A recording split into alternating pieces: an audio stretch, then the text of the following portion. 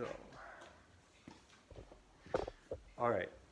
So, I was so amazed when I found this story yesterday. I've been practicing it in an anthropology book by a professor of linguistics, John Colarusso. So the Circassian people live in the mountains of the Caucasus, and it's like a crossroads of Asia and Europe and the Middle East, and they were displaced in the 19th century by the Russians. It was really terrible. And still try to retain their culture in their sort of scattered diaspora throughout the world, and that includes Turkey. There's a large population, and Syria, Israel. So, well, let's just jump in. So, a long time ago, and the time that was so long ago was maybe between times, and it might even be this time. There was a people who were called the Narts. So the Narts were very brave, and they were not just brave in being strong and being able to defend themselves, but they were brave in that they were brave to live from their heart and to lead with their hearts. And in their land where they lived, there was this most precious thing to them, which was this beautiful apple tree. And it was completely gold. The roots were gold, the trunk was gold, the branches were gold, and the leaves were gold. And when the wind would blow through the leaves, it would shimmer like a golden fire. It was just beautiful to look at. And every morning, an apple would grow in the apple tree. And by the morning of the next morning, it would be ripe and ready to eat. And when someone took a bite of the apple, they would have prosperity and good health, and their water would be clean, and their soil would be fertile, and there would be good stories and a lot of laughter to share around the table at dinner. And Narts prospered in their land for a long time. And then one day, when they woke and they went to go pick the apple from their precious apple tree, there wasn't an apple there. And they were confused. They didn't know how there couldn't be an apple there. And so they gathered a council of all the Narts. And they all came together, the men, the women, everybody, trying to think this through, what could have happened. And I don't know if they did this, just how I picture it. They all had pipes, and they were smoking their pipes, and they were thinking, who knows, but that's what I think. They were smoking their pipes and thinking, like, what could be happening? And somebody thought, well, why don't we put a guard, somebody to stand guard? And they thought, okay, that's kind of sad. We never had to have a guard, but okay. And so they put a guard to sit overnight by the apple tree. And let's say that the guard was 17. And so he was doing a great job, for the first hour and the second hour and the third hour. He's really keeping good watch. Then around fourth, fifth hour, started to get a little bored, and he pulled out his Game Boy Color and was trying to get a new high score, and before he knew it, the whole night had gone by, and what a surprise it was when the Narts came in the morning and there was no apple on the apple tree. So they had a council again, and they pulled out their pipes, and they were smoking, and they were thinking, and they were talking. And somebody came up with the idea, well, we could make a big fence, and it could have the sharpest thorns that there ever were, and nobody could get through this fence with the sharpest thorns. And they all agreed that's a good idea. That would probably do the trick. It's kind of sad that we have to do that, but it sounds good. So they built this fence with the sharpest thorns that had ever been found, and it was tall, and it was thick, and it was great. And they all went to sleep, and they slept really well and really soundly because they thought that this would resolve the issue. And when they woke in the morning, much was their surprise when they found the apple was taken yet again. And there was no footprints and no sign of how it had gone missing. And so they came together again for a council, and they took out their pipes, and they thought, and they talked, and they thought, and they talked. And one person said, well, let's bring together an army with our finest warriors, and their armor they'll have their armor and their spears, and maybe in this day they would have their guns and their Abrams tanks and their Harrier jets, and they're all in a big circle around the golden apple tree. And despite having all that ability and that firepower, when the morning had come, the next morning the apple was missing. And now the Narts were really concerned, and they drew their counsel, and somebody pointed out, hasn't it not rained for 2 weeks? I'm adding a few details here and there. This is an oral tradition. I think the anthropologists recorded a very skeletal framework. Anyway, this is how I relate to the story, and some of you may relate differently, but the book is the Nart Sagas. That's the original version. And while they were talking in there, just a little, I'm out of the story, now I'm in the story. All right. While they were in their council, there's two young men in this case, and they could have been women, but their names were Pia and Peziash. And they thought, well, they're busy, there's no one looking after the tree. And so we should go. We should go and we should look after the tree and protect it. And so they went and they sat under the tree, and they said, now don't fall asleep, brother. And the other brother said, you too, you don't fall asleep either. Let's stay awake all night and see if we can listen well to if there's any footsteps or anything coming. And they sat there, and the older brother, Pia, eventually couldn't stay awake, and he fell asleep. But Piziash, the younger brother, stayed awake, and he grew tired, but he sprinkled water on his face. And he stayed awake, and he heard in the distance there was a fluttering of wings. Now, can you guys hear the fluttering of wings? How do you think they sounded? Should we all make the sound of the fluttering wings?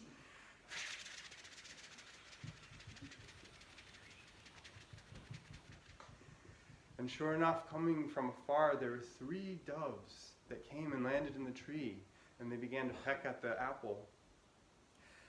And Piziash had his bow and arrow, and he took his arrow and he shot one of the doves in the wing and wounded the dove, and the blood fell to the ground beneath the tree. And the doves flew off, and Piziash woke his brother Pia. He said, brother, I've seen who has come and is the one who is taking the apple. It's these 3 doves, and they've flown off and they've left this trail of blood. Let's go after them. And Pia said, yeah, let's go after them. And so before they left, Piziash took a white handkerchief and he dabbed the ground and dabbed the blood on the ground from the dove that he had wounded. And he put it in his pocket, and the 2 brothers set off the trail of blood until they reached the Sea of Azov. And the gray waves stretched before them as far as they could see, churning and cold. And Pia stood there and he said, brother, I don't know about this. I think that those waves will freeze us and pull us under and we'll drown. I don't think we can go any farther. And Piziash said, I was thinking about that too, and I think how even our strongest warriors weren't able to keep our apples that give us our prosperity. And who will go if not us? How can we return home to the Narts like this? I will go, but I only ask you, please wait here for me on this beach, and wait only for 1 year. And if I'm not home in 1 year, then you can assume that I've died. And his brother said, of course, brother, I'll wait here for you. And so some say that Piziash pulled out a sword.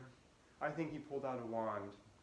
He pulled out a wand, I don't know of what type, and he touched the waves, and the waves parted.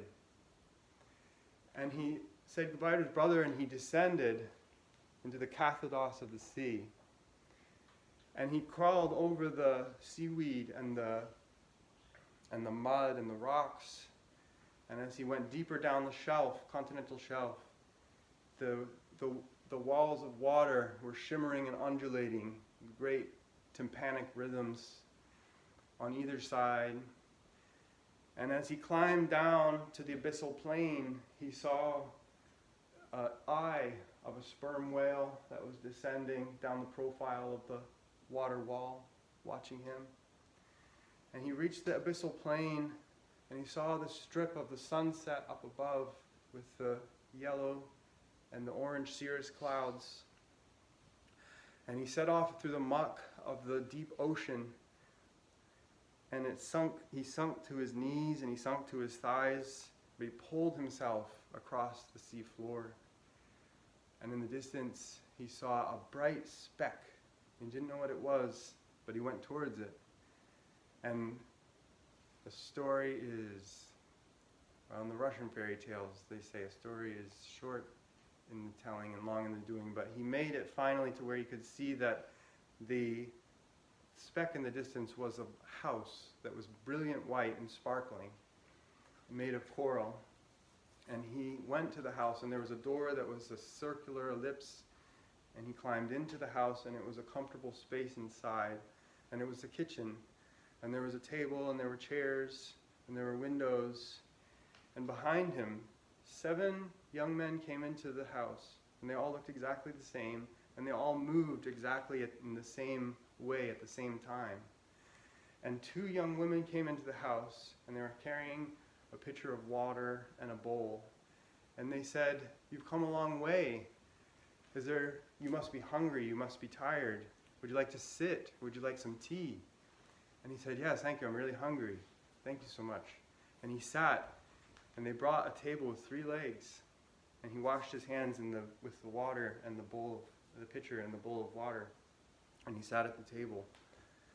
And on the table there were the most beautiful meats and seasoned vegetables and foods there. And there was also on the table the apple from the land of the Narts. And he was so happy to see the apple. He said, "Oh, I'm so glad I'm meant to be here. This is what I've come for. My business has to do with this apple here." And they were so happy about how candidly he was coming. And they said, "We appreciate your forthrightness. And we have to tell you, we'd like to celebrate with you. We'd like to talk to you about what your business is. But there's something that's troubling us. And we don't want to trouble you with that." And he said, "No, please tell me. I would like to help if I can." And they said, "Well, our sister, so our brothers and my sister, we would go and we put on dove covering. And we would fly to the land of the Narts, and we would take the apple from their golden apple tree. And the last time that we went, my sister was wounded by an arrow, and we're not sure if she's going to survive. She's bleeding." And he said, "Oh, I wish I could help if there was anything I can do." And they said, "Sadly, there's not. The only thing that could help is a handkerchief a white handkerchief that has been blotted with the blood where the wound happened." And he said, "I have this handkerchief. That's amazing. Here it is." And he pulled out the handkerchief. He's like, "That is such a coincidence." And he brought it in and dampened it and put it on her wound. And she revived, and she came out into the room where they all were. And Pitziash looked at her and she at him, and they were both immediately taken with each other. And the others in the room could tell they weren't going to have any conversation whatsoever. But they were like, just all they could see was each other. And Pitziash was saying, "I'm from the land of the Narts. I can't live here in the sea. I feel that I have to go." And he could see through unspoken language that she too was wanting to have a connection with him. And he said, "Would you like to come with me?" And she was like, "Yeah, I would." And they were so happy about reaching that. And together they said their goodbyes to her siblings, and they left, and they walked up out of the ocean, out of the corridor of the sea, up the continental rise. And in the distance on the beach, they could see Piya, Pitziash's brother, and his face. They could see his smile in the darkening air. It was sparkling in the light, in the dark light. And they climbed out, and they embraced, and they turned around, and the sea gently, and with a great thunderhole, closed behind them. And they went back together to the land of the Narts, and it took them a long time to get back, because every town and a hamlet and along the way that they reached, the people wanted to celebrate with them and feast with them and sing with them and hear the stories of where they had been. And they made it to their home, and they lived happily, and Pitziash married the daughter of the sea, whose name was Megazash, and they had 2 sons whose names were Yimis and Warzameg, who would go on to have great stories told about them, but those will be for another time.